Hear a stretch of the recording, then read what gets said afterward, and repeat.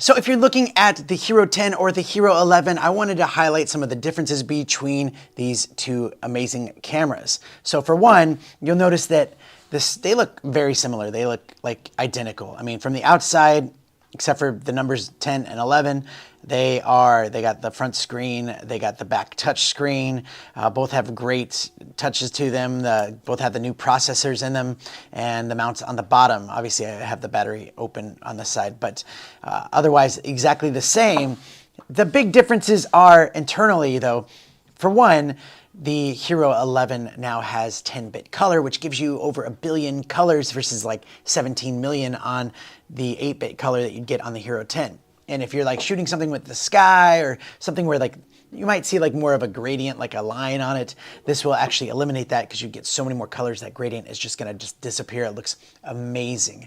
The other thing that's big on the Hero 11 is now they've added an extra view called Hyper View. So it's a lot bigger. This gives you a crazy awesome view where the Hero 10 only goes to Super View, which isn't as big, but still pretty big.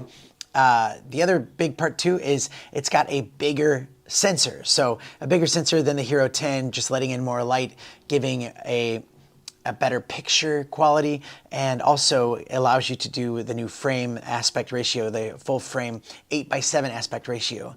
And what that means is it gives you a bigger, like kind of like a box. So if you're trying to, use your footage between like vertical videos and landscape videos, this is a great way to shoot everything like that. And then it's a lot easier to use that. But for me, it's great like in post-production because you shoot it at that full frame aspect ratio. You can, like if maybe you have too much headroom, like too much above your head or not enough at the bottom or something like that, maybe you just didn't frame it right, you can go in, you can scale it in, and you can adjust that exactly how you want. So that's a big improvement.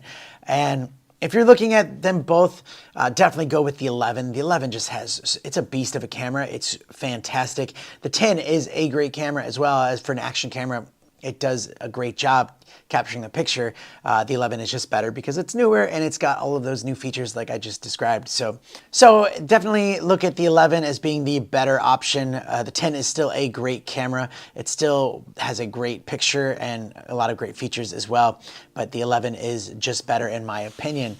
So there we go. That's this and that, and thanks for watching.